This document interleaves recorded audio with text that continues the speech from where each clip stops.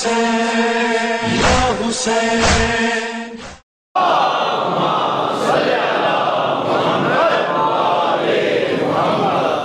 جو مومنین مومنات مریض ہیں بالخصوص دو مومنین کا نام بھی دیا گیا ہے سید احتشام بخاری شیخ سجاد حیدر اور جتنے بھی دنیا میں جہاں پہ بھی مومنین مومنات مریض ہیں ان سب کی شفا یابی اور جتنے مومنین مومنات مرحوم ہو چکے ہیں ان سب کی مغفرت کے لیے بآواز بلند صلوات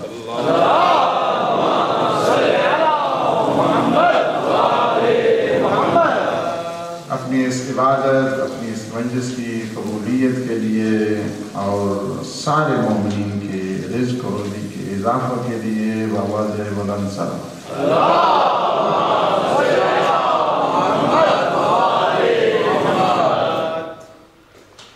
اعوذ باللہ من الشیطان الرجیم بسم اللہ الرحمن الرحیم الحمد للہ الذی قصرت عن رؤیته ابصار الناظرین وعجزت عناته أوهام الواصفين الصلاة والسلام والتحية والإكرام على النبي المؤيد والرسول المسدد المصطفى الأمجد المحمود الأحمد سيدنا ونبينا وشفيع ذنوبنا وطبيب نفوسنا أبي القاسم محمد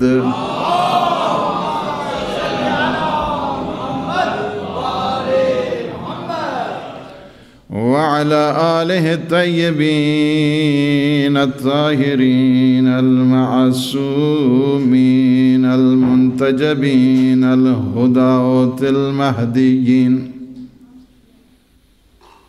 سيما بقية الله في العالمين روحي وأرواح العالمين في مقدمه الفداء ولعنة الله على أعدائهم أجمعين من الآن إلى قيام يوم الدين أما بعد فقد قال الله سبحانه وتعالى في محكم الكتاب المبين بسم الله الرحمن الرحيم قد جاءكم من الله نور وكتاب مبين صلوات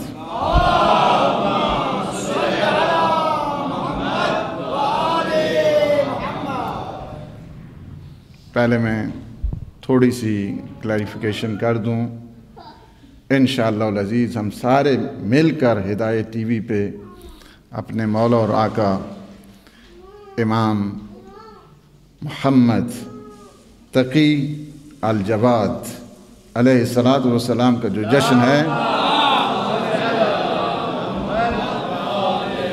انشاءاللہ 10 رجب کو ہے اور ہم سب مل کر انشاءاللہ العزیز منائیں گے. ممکن ہے جنتریز میں کچھ پرابلم ہو یا کچھ مسئلہ، لیکن حقیقت میں جو متفقہ جو روایات ہیں میں ان کی طرف جا رہا ہوں. آج ممکن ہے بعض کے نزدیک، لیکن جو معتبر روایات ہیں اس میں وہی ہے 10 رجب المرجب. امام تقی جن کا لقب ہے جواد، عطا کرنے والے ہیں، عطا. اور اگر یہ بات ہوتی اور آج ٹی وی پہ چونکہ ہم کچھ دیکھ کے آئے ہیں تو سب سے پہلے ہم خود ڈانٹ پلاتے کہ یہ کیوں ہو گیا اس طرح. مولا کا جشن بہر کیف اپنے زوروں پہ ہونا چاہیے.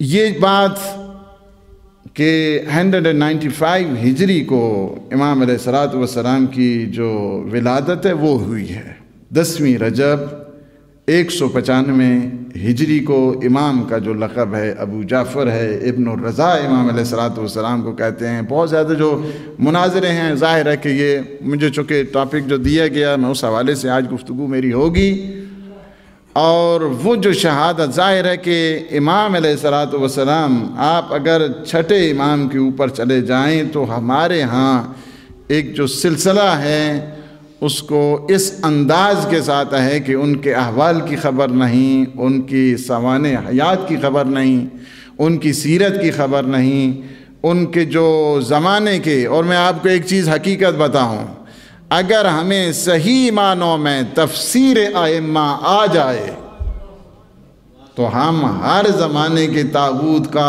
اچھی طرح مقابلہ کر سکتے ہیں۔ یہ بات حقیقت ہے، چونکہ جس طرح قرآن کی تفسیر چاہیے، جس طرح قرآن فہمی کے لیے کلاسز چاہیے، اسی طرح ائمہ علیہ السلام کے کلام کی تفاسیر کی ضرورت ہے، احوال کی وضاحت کی ضرورت ہے۔ وہ کیوں ہے؟ اس لیے کہ یہ اگر قرآن صامت ہے تو وہ قرآن ناطق ہے۔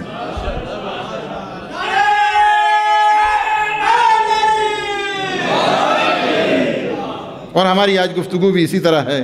سورہ مائدہ کی ہم نے تلاوت کی، قد جاءکم من اللہ نور و کتاب مبین۔ میں اپنے مولا اور آقا امام تقی، انشاءاللہ وہ گفتگو ہوگی۔ آج جو موضوع ہے امام نقی علیہ الصلوۃ والسلام کے، انشاءاللہ اس سلسلے میں گفتگو لازمی طور پہ ہم ٹچ دیں گے، تاکہ اپنے مولا اور آقا کی جو سیرت ہے، کردار ہے، صورت، اس عالم بشریت کے لیے انہوں نے کون کون سی، اس وجہ سے کہ ہمیں اہل بیت علیہ السلام کے کہ جن کے در کا کھا رہے ہیں ہم سارے، وفادار وہی ہوا کرتا ہے کہ جہاں سے کھاتا ہے۔ وَبِيُمْنِهِ رُزِقَ الْوَرَى وَبِوُجُودِهِ ثَبَتَتِ الْأَرْضُ وَالسَّمَاءُ۔ آقا ہم آپ کے وجود اقدس سے رزق حاصل کر رہے ہیں، روزی حاصل کر رہے ہیں، اور آپ کے وجود اقدس سے یہ زمین بھی قائم ہے، یہ آسمان بھی قائم ہے۔ قَدْ جَاءَكُم مِّنَ اللَّهِ نُورٌ وَكِتَابٌ مُّبِينٌ۔ ہم نے آپ کی طرف دو چیزیں نازل کی ہیں، دو چیزیں نازل کی ہیں۔ ہم نے ایک قرآن کو نازل کیا ہے اور ہم نے ایک نور کو نازل کیا ہے۔ دو چیزوں کی وضاحت اللہ نے کر دی اپنی کتاب میں۔ اب وہ دیکھنا پڑے گا، کتاب مبین آپ کے سامنے ہے، نور کہاں پہ ہے۔ اگر یہ دونوں باتیں سمجھ آ جائیں مسلمانوں کو تو کوئی کسی قسم کا نہ کنفیوژن پیدا ہوگی، نہ وہاں پہ کسی قسم کا کوئی پرابلم پیش ہوگا، نہ کسی قسم کا کوئی مسئلہ پیش ہوگا۔ اس لیے ہمیں دیکھنا پڑے گا کہ قرآن مبین ہمارے سامنے ہے، نور مبین کہاں پہ ہے۔ اللہ نے تو کہہ دیا ہے نا، دو چیزیں نازل کی ہیں۔ ہم نے تمہاری طرف قد جاءکم من اللہ، اللہ کی طرف سے آئی ہے۔ کیا آئی ہے؟ قد جاءکم من اللہ نور، ایک نور ہم نے اتارا، وَكِتَابٌ مُبِينٌ، اور ایک کتاب مبین کو اتارا ہے۔ تو اب دیکھنا پڑے گا کہ دو چیزیں نازل ہوئی ہیں، ایک چیز تو ہمارے پاس موجود ہے، دوسری چیز کہاں پہ ہے۔ اسی لیے جب تفاسیر کی ان نگاہوں کی طرف جانا پڑے گا تو آپ کو پتہ چلے گا کہ اس نور سے مراد وہی ہے کہ جن کے بارے میں پیغمبر فرماتے ہیں کہ اولنا محمد، اوسطنا محمد، آخرنا محمد، کلنا محمد۔ ہمارا پہلا بھی محمد ہی ہے، اوسطی بھی محمد ہے، آخری بھی محمد ہے۔ جسے دیکھو گے سب کی سب تفسیر محمد نظر آئیں گے۔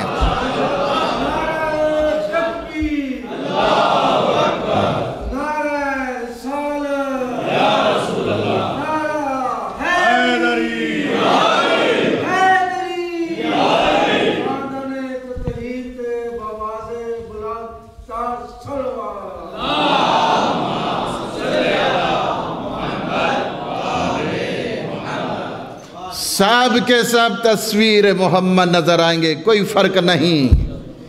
ان کا قول ایک ہے، ان کا فعل ایک ہے، یہ 12 ہیں، بات ایک ہے۔ یہ نہیں ہے کہ کوئی 4 ہوں تو بات مختلف۔ میں بات نہیں کرتا، میں یہ کہتا ہوں کہ ان کا قول ایک ہے۔ اسی وجہ سے امام جعفر صادق علیہ السلام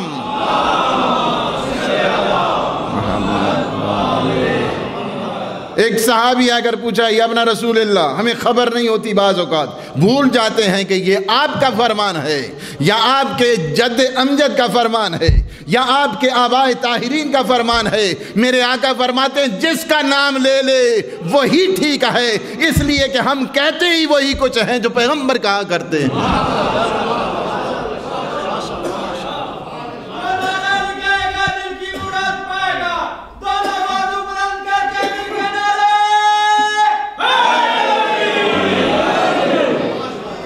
وہی کہتے ہیں جو پیغمبر کہا کرتے ہیں، ہم اپنی طرف سے کچھ نہیں کہتے، وہی کہتے ہیں جو پیغمبر کہا کرتے ہیں۔ پیغمبر وہی کہا کرتے ہیں جو خدا کہا کرتا ہے۔ ما ینطق عن الہوی ان ہوا الا وحی یوحی، میرا حبیب اپنی طرف سے کچھ نہیں کہتا، یہ وہی کہتا ہے جو وحی خدا کہا کرتی ہے۔ خدا نے قرآن کو نازل کیا اور دوسرا بتا دیا، اسی وجہ سے پیغمبر اسلام نے بھی بتا دیا کہ میں آخری مرتبہ جا رہا ہوں تو میں لاوارث چھوڑ کے نہیں جا رہا، بلکہ تمہاری ہدایت کے لیے، تمہاری سرپرستی کے لیے، تمہاری رہنمائی کے لیے، تمہاری گائیڈنس کے لیے دو گرام بہا چیزیں چھوڑے جا رہا ہوں۔ ایک کا نام قرآن ہے تو دوسرے کا نام اہل بیت ہے۔ انی تارکن فیکم الثقلین کتاب اللہ و اطرتی اہل بیتی ما ان تمسکتم بہما لن تضلوا بعدی ابدا حتی یرد علی الحوض، کہ میں تمہیں اسی طرح چھوڑ کر نہیں جا رہا کہ خود آنا خلافت سازی کرنا۔ تجھے اختیار نہیں ہے خلافت بنانے کا، خلیفہ بنانا اللہ کا کام ہے، میں بھی اپنی طرف سے خلیفہ نہیں بنا سکتا، اسی لیے تو میں نے دعا کی ہے رب حب لی حکماً، پروردگار تو مجھے عطا کر دے، پروردگار تو مجھے اپنے خزانے غیب سے مجھے ولی عطا فرما، مجھے نصیر عطا فرما۔ اگر یہ خلافت بنانا نبی کے اختیار میں ہوتا تو حضرت موسیٰ کبھی دعا نہ کرتے رب اشرح لی صدری ویسر لی امری واحلل عقدۃ من لسانی یفقہوا قولی واجعل لی وزیرا من اہلی۔ خود دعا نہ کرتے، یہ کہتے آ جاؤ میری امت بیٹھ جاؤ، ایک میٹنگ بلا لیتے ہیں، ایک انجمن بنا لیتے ہیں، ایک تنظیم بنا لیتے ہیں، کچھ گیدرنگ کر لیتے ہیں، کچھ آ کر آپس میں سٹنگ کر لیتے ہیں، ایک اجتماع کر لیتے ہیں، تم سارے مل کے چن لو۔ آج تک آدم سے لے کر عیسی ابن مریم تک کسی نبی کا کسی امت نے خلیفہ نہیں بنایا، آج تک قرآن بھی گواہ ہے، انبیاء کی سیرت گواہ ہے۔ کوئی ایک ثابت کر دو کہ کسی نبی کا خلیفہ امت نے بنایا ہو، تو یہ پیغمبر کے کیوں بہتان باندھا جا رہا ہے؟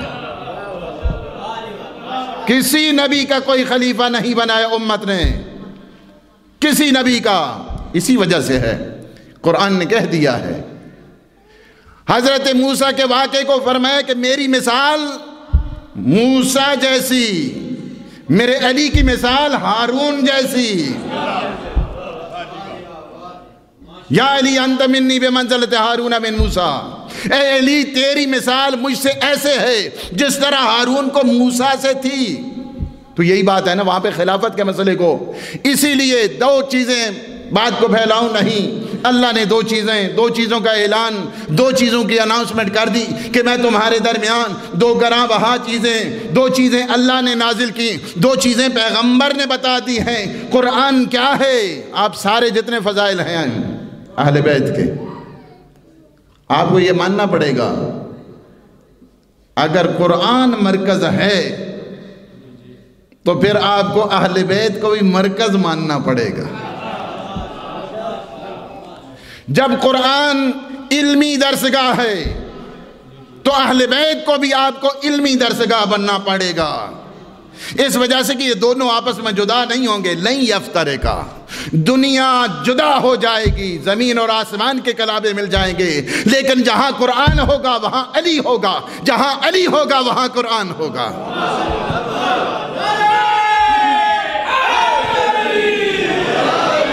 کوئی فرق نہیں۔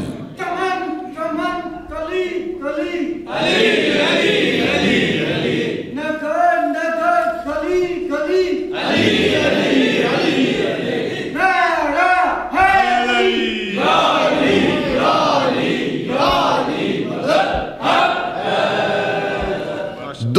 جدائی نہیں ہے۔ قرآن کی عظمت کو، قرآن کی جلالت کو اللہ نے یوں بتا دیا ہے، لو ان البحر مدادا لکلمات ربی لنفذ البحر قبل ان تنفذ کلمات ربی ولو جئنا بمثلہ مددا۔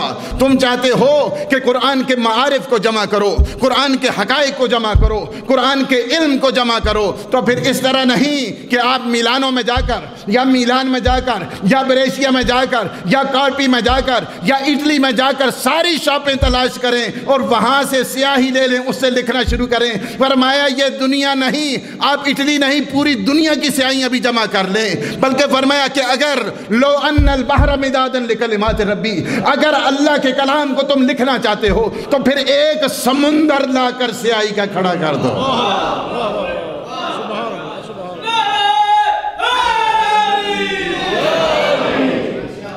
اللہ کے کلام کو لکھنا ہے تو پھر اس طرح نہیں ہے کہ دنیا کی شاپوں میں جا کر، دنیا کی شاپس میں جا کر آپ کو سیاہی خریدیں اور اس سے اللہ کے کلمات کو لکھنا شروع کر دیں، اللہ کے یہ حقائق کو لکھنا شروع کر دیں، اللہ کے کلام کو لکھنا شروع کر دیں۔ فرمایا نہیں، وہ سمندر اگر آپ لے بھی آئے نا کوئی، تو وہ سمندر تو ختم ہو جائے گا،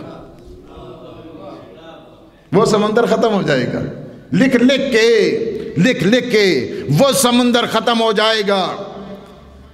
وَلَوْ جِئْنَا بِمِثْلِهِ مَدَدًا، پھر کیا کرو، اس کی جگہ ایک اور سمندر لا کے کھڑا کر دو اور اس سے حقائق پروردگار کو لکھنا شروع کر دو۔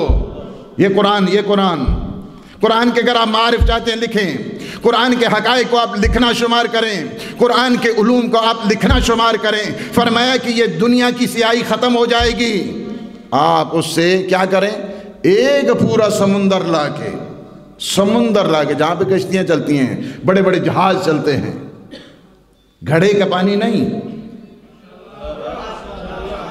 کسی تالاب کا پانی نہیں، کسی نہر کا پانی نہیں، فرمایا سمندر جس کی تہوں تک پہنچنا مشکل۔ اور اگر آپ چاہتے ہیں کہ کلام خدا کو لکھیں اور کلمات پروردگار کو آپ چاہتے ہیں لکھیں تو کیا کریں؟ فرمایا ایک سمندر سیاہی کا بھر لو اور اس سے لکھنا شروع کر دو۔ وَلَوْ جِئْنَا بِمِثْلِهِ مَدَدًا، فرمایا وہ سمندر تو لا کے کھڑا کیا ہے، وہ سمندر ختم ہو جائے گا، اس کی جگہ ایک اور سمندر لا کے کھڑا کر دو۔ اور دوسری میں کیا فرمایا دوسری آیت میں فرمایا سبعۃ ابحر، اگر ساتوں کے ساتوں سمندر بھی جمع ہو جائیں، وہ کلام خدا کو نہیں لکھ سکتے، وہ کلمات پروردگار کو نہیں لکھ سکتے، وہ حقائق ربانی کو نہیں لکھ سکتے، تو یہ تو اس کا ہے جو قرآن صامت ہے، یہ تو قرآن صامت کی بات ہو رہی ہے۔ لو ان البحر مدادا لکلمات ربی لنفذ البحر قبل ان تنفذ کلمات ربی ولو جئنا بمثلہ مددا، یہ تو دنیا میں ہے، قرآن صامت کا یہ مسئلہ ہے۔ اب جو عالم علم قرآن ہے، عالم علم قرآن ہے، اس کے علم کا انسان کیا کہے؟ پیغمبر فرماتے ہیں تجھے گھبرانے کی کوئی ضرورت نہیں، میں خود توصیف بیان کر دیتا ہوں۔ لو کانت الریاض اقلاما والبحار مدادا والجن حسابا والانس کتابا لما احصوا فضائل علی بن ابی طالب۔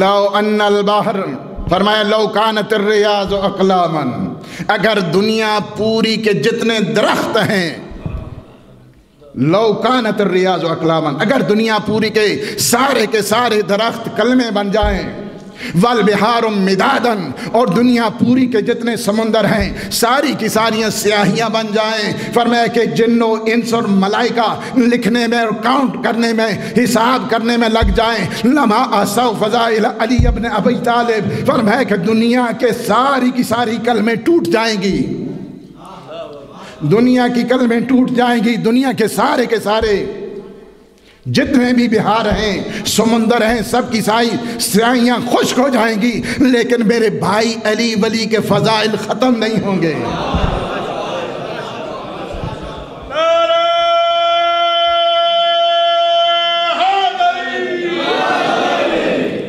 دنیا کے جتنے بھی بہار ہیں، پانی ہیں، شاعر نے بھی بہت اچھا کہا ہے، کہا کہ بن جائیں روشنائی جو دریا تمام تر، بن جائیں روشنائی جو دریا تمام تر، کاغذ بنے زمین و فلک اور قلم شجر، مل کر کریں ثنا تیری جن و ملک بشر، لانا پڑے گا پھر بھی یہ مصرع زبان پر، بعد از نبی بزرگ تو ای قصہ مختصر۔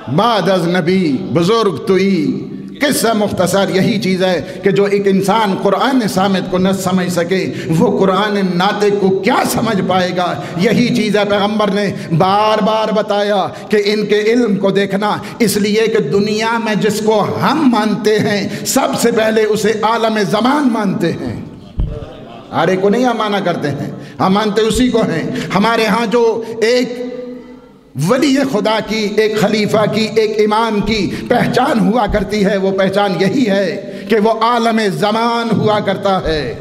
دنیا میں جہاں جہاں پہ بھی بسنے والے ہیں ان سب سے زیادہ علم رکھنے والا، ان سب سے زیادہ شجاعت رکھنے والا، اسی وجہ سے ہم مانتے ہیں۔ ہم علی کو اس لیے نہیں مانتے ہیں کہ وہ پیغمبر کے داماد ہیں، ہم علی کو علی سمجھ کے مانتے ہیں۔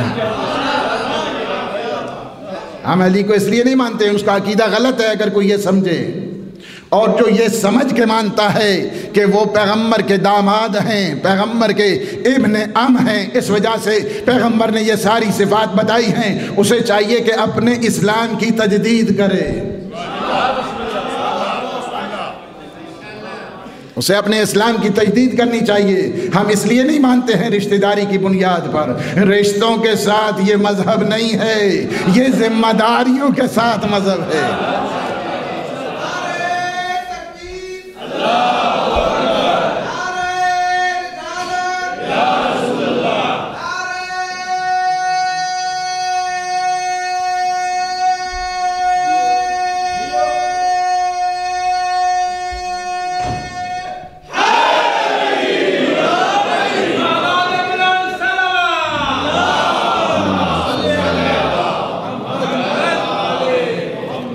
ہم نے ان کی ان ذاتی صفات کو دیکھا تب مانا، ہم نے ان کی خصوصیات کو دیکھا تب مانا، ہم نے رشتوں سے ہٹ کر چلیں، آپ کہیں رشتے ہیں، آپ چلیں رشتے ہی مان لیتے ہیں، رشتوں کے لیے آپ کیا کیا القاب بتائیں گے؟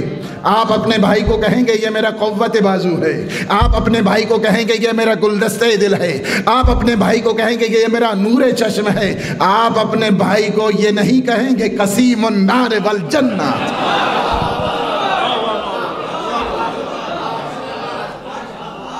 قسیم النار والجنہ کوئی رشتہ داری نہیں ہے، جنت اور دوزخ کو تقسیم کرنا۔ اسی وجہ سے ہارون رشید کو بھی بڑا شک ہوا 8ویں امام رضا علیہ السلام سے،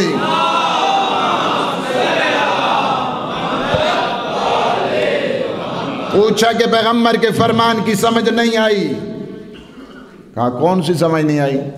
کہا یہ جو پیغمبر نے فرمایا ہے یا علی انتا قسیم النار والجنہ، اے علی تم جنت اور دوزخ کو تقسیم کرنے والے ہو، سمجھ نہیں آتی، اس لیے بھی جنت بھی اللہ کی، دوزخ بھی اللہ کا، سمجھ نہیں آتی ہے۔ امام فرماتے کوئی بات نہیں، ایک بات میں تجھے کہتا ہوں، کیا تجھے سمجھ آتی ہے؟ یا علی حب کا ایمان و بغض کا نفاق و کفر، اے علی تیرا متعلق جو ایمان رکھتا ہے، یا علی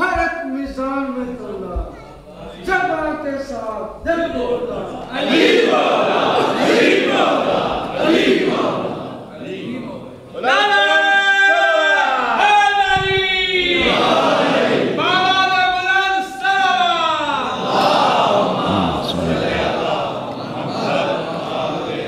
اس وجہ سے ہمیں دیکھنا پڑے گا. ہم نہیں کہتے ہر ایک کی صفات کسی کوئی بیان کرتا رہے، ہم کسی کے شعروں کو بھی نہیں مانتے، اسی طرح ہم کسی کی فکر کو بھی نہیں مانتے ہیں. ہمارے نزدیک جو فکر سب سے بڑی ہے خدا کی ہے، مصطفیٰ کی ہے، ہم اس کو مانتے ہیں. اس وجہ سے کہ یہ آئے تطہیر بندوں کی طرف سے نہیں ہے، خدا کی طرف سے ہے. آئے مباہلہ بندوں کی طرف سے نہیں ہے، اللہ کی طرف سے ہے. سورہ کوثر اللہ کی طرف سے ہے، بندوں کی طرف سے نہیں ہے. سورہ حل عطا خدا کی طرف سے ہے، بندوں کی طرف سے نہیں ہے. پورے کا پورا قصیدہ بن کے زہرا کا آ رہا ہے یہ قرآن، یہ خدا کی طرف سے ہے، مصطفیٰ کی طرف سے ہے، بندوں کی طرف سے نہیں ہے. اس لیے نہیں مانتے ہیں، اس لیے مانتے ہیں. یہ کسی کو غلط فہمی ہوگی خامخواہ. ہم نہیں کہتے ہاں جی فلاں تو اتنی رشتہ داری، فلاں نے یہ کر دیا، فلاں نے وہ کر دیا. نہیں، ہم کہتے ہیں کہ اس حشر کے اس میدان میں لے کے آ جاؤ، میدان میں تولو. باتیں پیچھے کرنے کی کیا ضرورت پڑی ہے؟ آپ کو میدان میں لے آؤ. میدان مباہلہ میں کون تھا؟ آئے تطہیر میں کون تھا؟ کسی صحابی نے، آپ کو چیلنج کر کے کہتا ہوں، نہ کسی صحابی نے نہ کسی ازواج النبی نے یہ دعویٰ کیا ہے کہ ہم اہل بیت ہیں.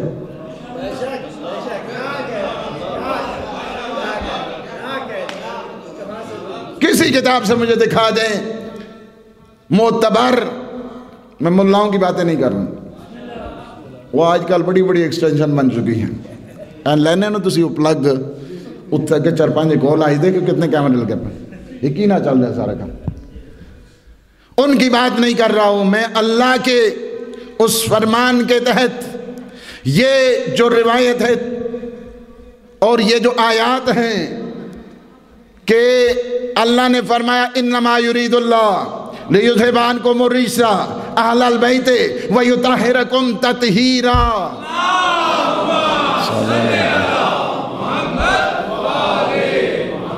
کہتے ہیں کہ یہ تب نازل ہوئی جب حضرت عائشہ کے ہاں تھے، یہ تب نازل ہوئی جب ام سلمہ رضوان اللہ تعالی علیہا کے پاس تھے.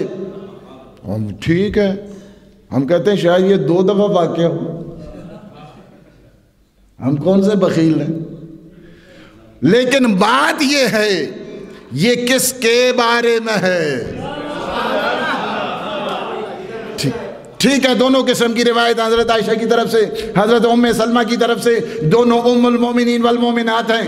دونوں کی طرف سے دونوں نے کیا بتایا ہے؟ بتایا ہے کہ یہ وہ ہستیاں ہیں کہ جن کے بارے میں پیغمبر نے کیا کیا، اپنی ابا کے دامن کو آسمان کی طرف بلند کر کے فرمایا اللہم ہؤلاء اہل بیتی خاصتی و حامتی لحمہم لحمی دمہم دمی یولمنی ما یولمہم ویحزننی ان یحزنہم انا حرب لمن حاربہم انا سلم لمن سالمہم انہم منی و انا منہم فاجعل صلواتک و برکاتک و رحمتک و غفرانک علی و علیہم و اذہب عنہم الرجس و طہرہم تطہیرا.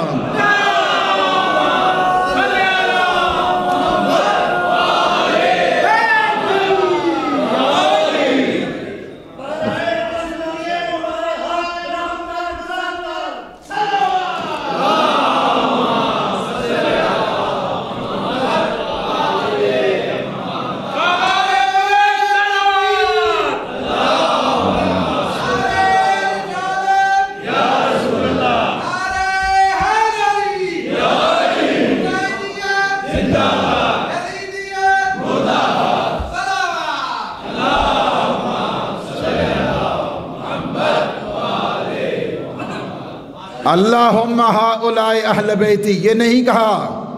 اس میں بہت بڑی شان ہے، بہت بڑی شان ہے، بہت بڑی شان ہے. اور میں اللہم، یہ نہیں کہا میری امت گواہ رہنا، یہ نہیں کہا میرے صحابیوں تم گواہ رہنا، یہ نہیں کہا میری ازواج تم گواہ رہنا. اللہم ہؤلاء اہل بیتی، میرے پروردگار یہ ہے میری اہل بیت. اب اللہ کو گواہ بنانے کی کیا ضرورت پڑی ہے؟ اللہ کو گواہ بنانے کی کیا ضرورت پڑی ہے؟ اس نقطے کو سمجھنے کی ضرورت ہے۔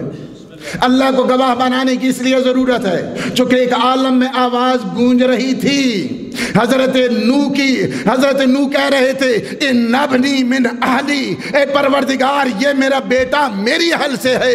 اللہ نے فرمایا لیس من اہلک، یہ تو آپ کی اہل سے نہیں ہے، یہ آپ کے اہل سے نہیں ہے، اس کو نکال دیا ہم نے آپ کے اہل سے۔ اللہ کو خطاب کر کے کہا اللہم آؤلائی اہل بیتی، او میرے اللہ یہ میرے اہل بیت ہیں، اگر تجھے قبول نہیں جس طرح نوح کے لیے انکار کر دیا تھا میرے لیے بھی انکار کر دے۔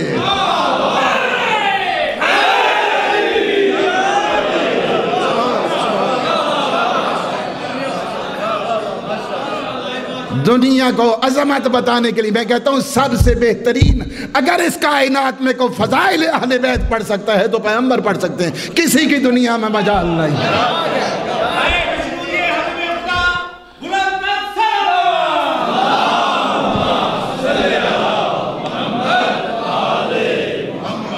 اللہم ہؤلاء اہل بیتی، او میرے اللہ یہ میرے اہل بیت ہیں۔ اللہ کی طرف سے پیغام آیا، میرے حبیب آپ نے کیا کہا ہے کہ یہ میرے اہل بیت ہیں، میں انڈوز کرتا ہوں انما یرید اللہ لیذھب عنکم الرجس اہل البیت ویطہرکم تطہیرا۔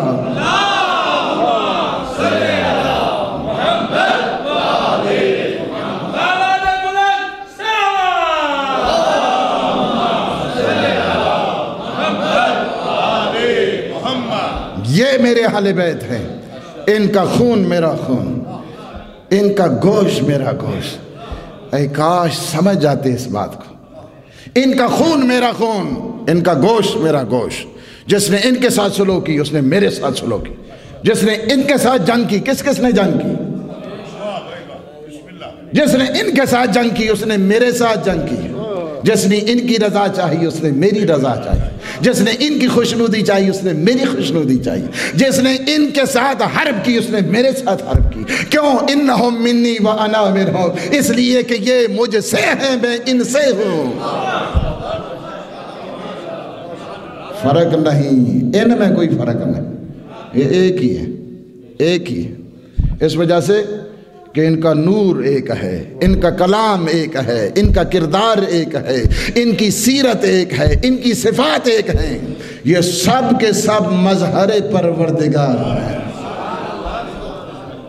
مظہر پروردگار ہیں یہ سارے کے سارے۔ اس وجہ سے یہ بہت چلے ممکن ہے یہ جملہ سب میں آسان کر دوں آپ کو، یہ جملہ آسان کر دوں، جملہ میں آسان کر رہا ہوں۔ ہم خدا کی ذات میں بھی کسی کو شریک نہیں مانتے، ہم خدا کی صفات میں بھی اس کا کسی کو شریک نہیں مانتے، ہم خدا کے قانون میں بھی اس کو کسی قسم کا شریک نہیں مانتے، ہم کہ اس کی تشریع میں بھی کسی کو شریک نہیں مانتے، ہم خدا کی عبادت میں بھی اس کو کسی کا شریک نہیں مانتے۔ خدا نے کیا کیا ہے؟ خدا نے یہ بنائے ہیں اپنے نمائندے، یہ خدا نہیں ہے، خدا نہیں ہے۔ آپ کو میں اور واضح کر دوں، بات واضح کر دوں، اللہ کو اتنا کامل ہے اللہ کہ ہم تک نہیں آ سکتا، اور ہم اتنے ناقص ہیں کہ اس تک نہیں جا سکتے۔ وہ اتنا کامل ہے، بعض اوقات کمال بھی انسان کو اس منزل پر لے آتا ہے، وہ اتنا کامل ہے کہ ہم تک نہیں آ سکتا، اور ہم اتنے ناقص ہیں کہ اس تک نہیں جا سکتے۔ خاک کو نوری سے کیا نسبت، کیا نسبت؟ ہم وہاں نہیں جا سکتے، وہ یہاں نہیں آ سکتا، رابطہ تو ممکن نہیں ہو پا رہا۔ اب کیا کریں؟ اللہ نے تدبیر سوچی، اللہ نے تدبیر سوچی اس امت کی ہدایت کے لیے کہ اپنا ایک درمیانی واسطہ بنا دیا، اس درمیانی واسطے کو میں آپ کی زبان میں کہتا ہوں اس درمیانی واسطے کو یا نبی کہتے ہیں یا علی کہتے ہیں.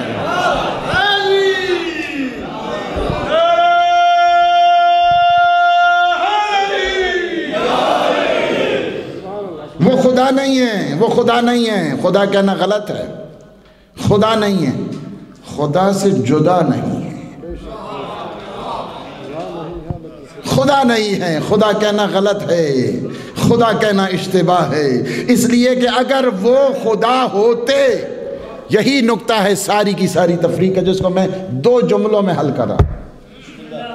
وہ خدا نہیں ہے. اگر خدا ہوتے، جس طرح ہم اس تک نہیں جا سکتے تھے، ہم ان تک نہ پہنچ سکتے اور یہ ہم تک نہ آ سکتے. ان کا بڑا کرم کیا ہے، اللہ نے بہت کرم کیا ہے. اس وجہ سے نا آپ زیارت جامعہ میں جن کا آج آپ دن منا رہے ہیں، وہ ہے امام نکی علیہ السلام.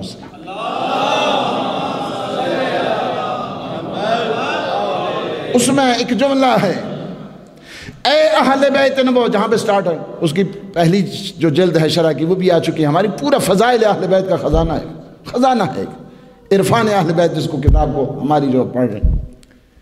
یہ وہی زیارت جامعہ ہے. زیارت جامعہ کی پہلی جلد آئی، اس کی جس کی سٹارٹ اور ابتدا ہو رہی ہے السلام علیکم یا اہل بیت نبوت و معدن الرسالت و مختلف الملائکہ. اے اہل بیت نبوت، آپ پہ سلام ہو، آپ پہ سلام ہو. مختلف الملائکہ، ملائکہ کے آنے جانے کی جگہ آپ ہیں. ملائکہ کے آنے جانے کی جگہ آپ ہیں. کبھی آتے ہیں دک الباب کرتے ہیں، کبھی آ کر درزی بنتے ہیں، کبھی آ کر جھولا جھلاتے ہیں، کبھی آ کر چکی پیستے ہیں. آپ ہیں. اس میں ایک جملہ ہے، کیا ہے؟ دنیا میں جہاں جہاں پہ بھی خیر ہے. میں کہتا ہوں کیا جملہ ہے مولا کا، کیا جملہ ہے. فرمایا دنیا میں جہاں جہاں پہ بھی خیر ہے، اے اہل بیت نبوت آپ کے در سے ملا کرتی ہے. ہر خیر کی بنیاد آپ ہیں، ہر خیر کی بنیاد آپ ہیں. تو یہ کہہ دینا خدا ہے، خدا نہیں ہے، اور یہ کہہ دینا ہم جیسے بھی نہیں. جس نے کہا ہم جیسے ہیں وہ بھی غلطی پر ہے، جس نے کہا خدا ہے وہ بھی غلطی پر ہے. یا اللہ تو خود بتائیے کیا ہے. نہ خدا ہے. وہابی جو خراب ہوئے، سلفی جو برباد ہوئے، اس نظریے کے تحت کہ اپنے جیسا مانا، اپنے جیسا مانا. اپنے جیسے نہیں ہیں، اپنے جیسے نہیں ہیں. وہ خدا کے نمائندے ہیں، وہ خدا کے مظہر ہیں، وہ خدا کی یاد ہیں. ہم انہیں دیکھ کر یاد پروردگار حاصل کرتے ہیں. وہ ہے، خدا نہیں ہے. خدا کہنا بھی غلط، اپنے جیسا کہنا بھی غلط. جنہوں نے خدا کہا وہ نصیری بنے، اور جنہوں نے اپنے جیسا کہا وہ سلفی بنے. ہم نہ سلفی ہیں نہ نصیری ہیں، ہم اثنا عشری ہیں. ہم اثنا عشری ہیں. ہم کیا مانتے ہیں؟ ہم انہیں مظہر پروردگار سمجھتے ہیں، خدا کی صفات کا نمونہ سمجھتے ہیں. وہ کس لحاظ سے سمجھتے ہیں؟ ہمیں کیا پتہ چلے اللہ کے علم کا؟ اللہ نے اپنے نمائندوں کو ایسا علم عطا کیا ہے. کہتے ہیں منبر سلونی پہ بیٹھ کر، سلونی سلونی قبل ان تفقدونی. تھک گئے ہیں تھوڑے، میں بھی چلیں ختم کریں.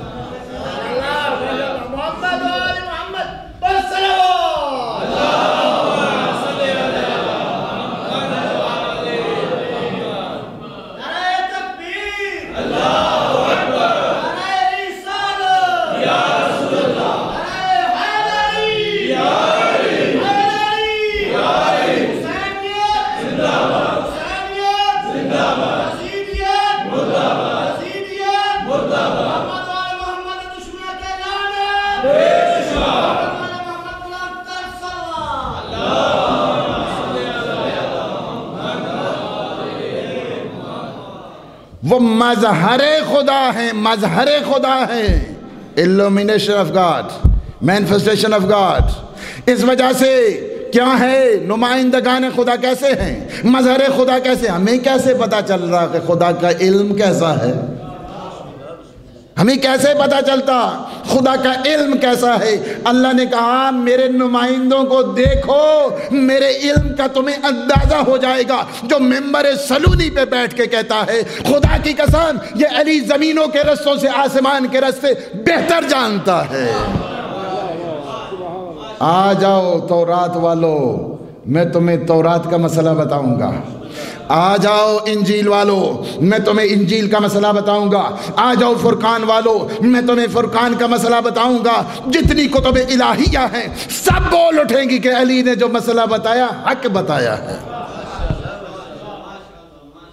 اس وجہ سے ہمیں کیسے پتہ چلتا خدا کے علم کا؟ یہ اللہ کے نمائندے ہیں جنہوں نے بتایا. جس کی مخلوق ایسی ہے اس کا خالق کیسا ہوگا؟ ہمیں اللہ کی طاقت کا کیسے پتہ چلتا؟ کیسے پتہ چلتا ہمیں اللہ کی طاقت کا؟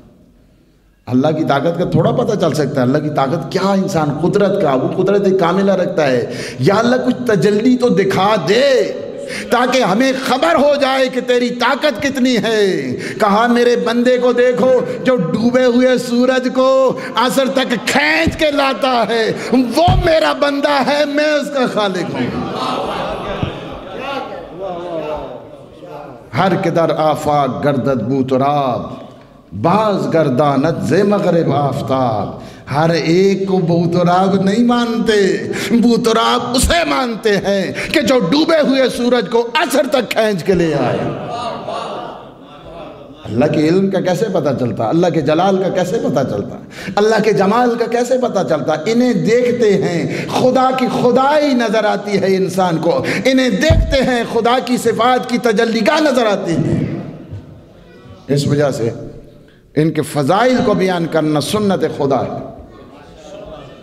میں جملے کہہ کے جا رہا ہوں, بعد میں سوچتے رہنا. ان کی فضائل کو بیان کرنا سنت خدا ہے, ان کے فضائل کو بیان کرنا سنت مصطفیٰ ہے,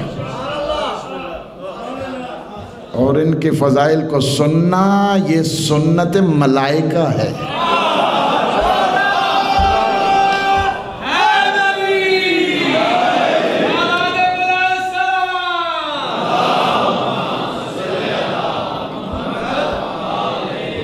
اور اللہ نے معمور کیا ہے, بہت سارے فرشتوں کو معمور کر دیا اس نے. جو کان فضائل اہل بیت کو سنتے ہیں اللہ ان کانوں کے ہر قسم کے گناہوں کو ختم کر دیتا ہے. جس زبان سے فضائل علی چھلکتے ہیں اس زبان سے اللہ اس گناہوں کو ختم کر دیتا ہے. جس پیپر پر, جس کاغذ پر علی کے فضائل لکھے رہتے ہیں, فرماتے ہیں روایت میں ہے جب تک وہ پیپر رہے گا, جب تک وہ کاغذ رہے گا, ملائکہ اس کے حق میں استغفار کرتے رہیں گے. یہ ہے اللہ نے ایسے نمونے ہمیں دیے, اللہ نے ایسے ہمیں مظہر عطا کیے ہیں کہ جن کی عبادت وہ فخر کرتے ہیں. کس بات پہ؟ اس بات کو یاد رکھنا, مناجات کا یہ جملہ میں کہہ جا رہا ہوں, مناجات کا وہ جملہ ہے الہی کفا بی عزن ان تکون لی ربا وکفا بی فخرن ان اکون لک عبدا. میرے اللہ اس علی کے لیے اتنی عزت بہت ہے کہ تو میرا رب ہے, اور اس کے لیے اتنا فخر بہت ہے کہ میں تیرا بندہ ہوں.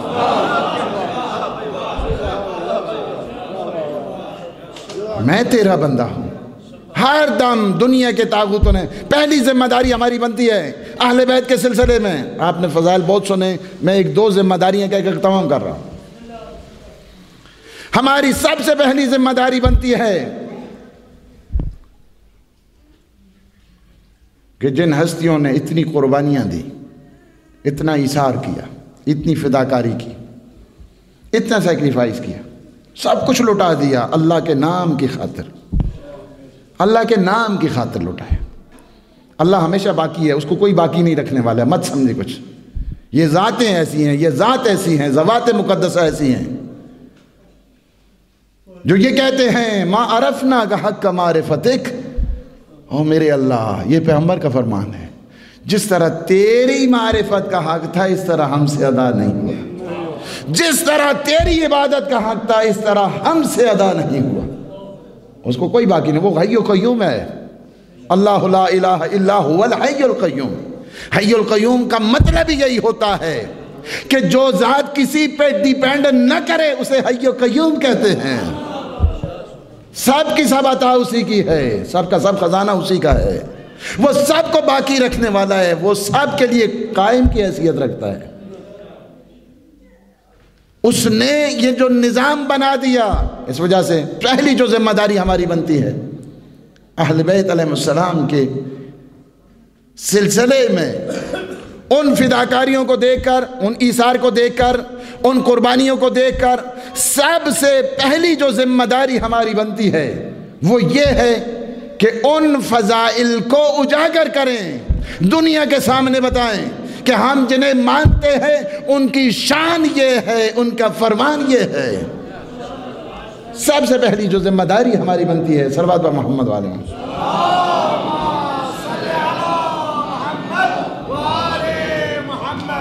سب سے پہلی ہمیشہ جو قومیں قربان ہوا کرتی ہیں، جو ملتیں قربان ہوا کرتی ہیں، دوسروں کا فریضہ بنا کرتا ہے، ان قربانیوں کو یاد کریں، اس ایثار کو یاد کریں، اس فداکاری کو یاد کریں جنہوں نے سب کچھ اپنا قربان کر دیا اس دین مقدس اسلام کی خاطر۔ ہماری کیا ذمہ داری بنتی ہے؟ ہماری ذمہ داری یہ بنتی ہے کہ اس شان کو بھی محفوظ رکھیں، اس فرمان کو بھی محفوظ رکھیں۔ یہ جو فضائل ہم لوگ پڑھا کرتے ہیں، میں نے بتایا ہے، یہ فضائل اصل میں سنت الہی ہے، سنت خدا ہے، سنت مصطفیٰ ہے۔ پیغمبر اسلام خود فرمائے، یہ جو آیت تطہیر آپ نے سنی، اہل سنت، اہل شیعہ سب کے ہاں یہ موجود ہے۔ بعض کہتے ہیں 6 مہینے، بعض کہتے ہیں 9 مہینے، چلیں 6 مہینے تو مان، ایٹ لیسٹ 6 مہینے مان۔ پیغمبر اسلام جاتے تھے، دروازہ نوک کر کے فرماتے تھے انما یرید اللہ لیذھب عنکم الرجس اہل البیت ویطہرکم تطہیرا۔ اے اہل بیت نبوت، وقت نماز ہے۔ صحابیوں کو اس چیز کی خبر نہیں تھی، یہ کیا بتاتے؟ سب کو پتہ تھی، آیت بھی آ گئی ہے۔ کیا ضرورت پڑی ہے پیغمبر اسلام کو ہر روز جانے کی؟ صبح کے ٹائم جاتے ہیں، کیا ضرورت پڑی ہے پیغمبر کو جانے کے لیے؟ دروازہ نوک کر کے